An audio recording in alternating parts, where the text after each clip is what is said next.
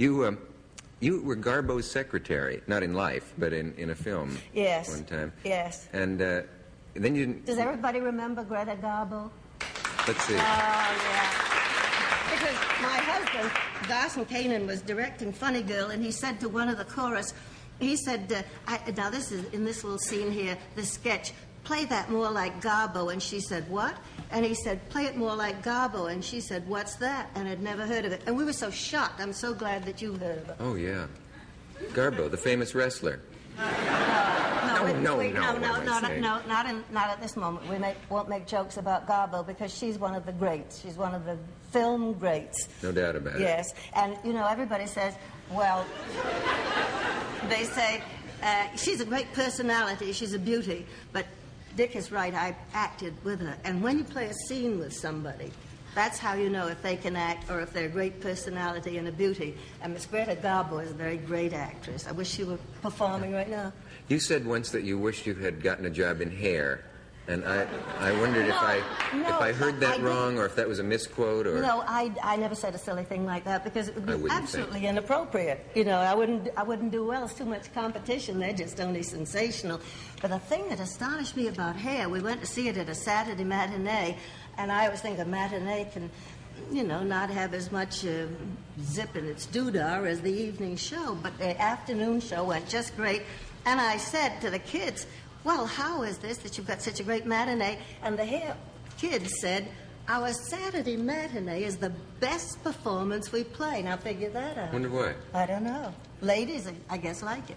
Is it true that you remember the factory out there in California where all the swingers go for recreation? All us swingers go, I think we should say. You're right. Yes. Do you ever get depressed about the theater? You know, they're constantly saying it's dropping dead, the theater, and that... Oh, nonsense. But I got depressed today, and a perfectly lovely thing happened. There's a wonderful thing about being in films. People speak to you more. People come up and talk to you. And I was at Hamburg Heaven today, and I was a little downcast, which isn't normal for me. I'm always sort of up there. And I was sort of downcast, and all of a sudden, the guy who was stacking the dishes leaned over, and he said, would you accept a belated congratulation on your Oscar award? I loved you from the time I saw you in Cass McGuire. Well, Cass McGuire was a play that I loved so, and I played it about 3 years ago, and it was a bomb. And it was just didn't make it at all. And 3 years later, due to being in films, due to that lucky moment, a guy over at Hamburg Hamlet says, I loved you in Cass McGuire.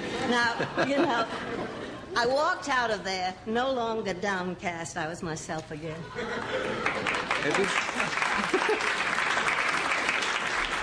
Have you ever thought about or written about what it was that kept you going back in those early days when it was really rough? And I know how poor you were. I read about that, and you've been were quoted as talking about growing up with the brown taste of poverty in your mouth. Yes. And my father was a foreman in a factory, and he got $37 a week. And when I tell you that to stake me to come to New York City, he gave me $50. You know, that's hard-earned money. And I wish he were alive today to see that his investment paid off. You were never near quitting and giving up and oh, God, no. Excuse me, I shouldn't say God on the air, should I? Well, no, I never thought of giving up, nor I would hope would anybody. Mm-hmm. Can you hold on for a moment? Yes, we have one of those messages, and we'll be back. Miss Gordon, do you have any generalizations about audiences? You've played all those hundreds of matinees and all of those performances. Well, I'm certainly for them, of course, but I'll tell you what else. It's a fascinating thing to be... I'm in this film, Whatever Happened to Aunt Alice, and of course it's a horror picture. And I'm not one who goes to see horror pictures, and so this is a kind of new experience for me. And when I read the script, naturally I thought it was terrific, or I wouldn't have gone into it. But as I read of these horrifying things that take place in the film, I thought, how can an audience endure that? How can they put up with it? And then more terror came, and I thought, oh, this audience, they won't be able to look at the screen. And then there's something there's one moment, they say, why you take the job? And this is the moment where I took this job. It's the confrontation of good and bad, the moment of truth, and it's a very deep moment.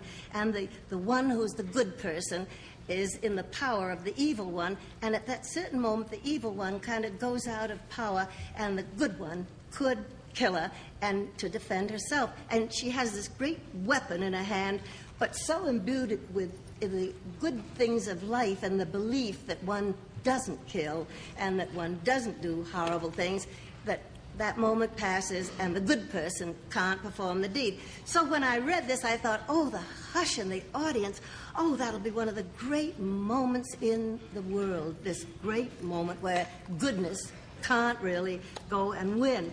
And as I was sitting at the premiere of Whatever Happened to Aunt Alice in Boston, and this moment came up, there was such a din that I didn't know what had happened, and I looked around, and the whole audience was screaming, "Hit her, Ruth! Hit her, Ruth! Hit her, Ruth!" And that was the great moment that I thought would be so quiet. Now, in the old days, audiences really didn't talk to you. And then, also, these moments of terror, these moments of horror that I thought the audience couldn't look at the screen, these people were screaming louder than I did when I went down Highland Avenue on a flexible flyer and were just screaming for pleasure, you know. But they were just screaming at all the horror. That's a different thing. That never happened in the old days. Probably it's a good thing. Audiences should be heard. I have a feeling you still go down Highland Avenue in a flexible flyer. I think I'm going to tell all my secrets. Incredible energy. It's amazing to see you on the stage. Pick up phone.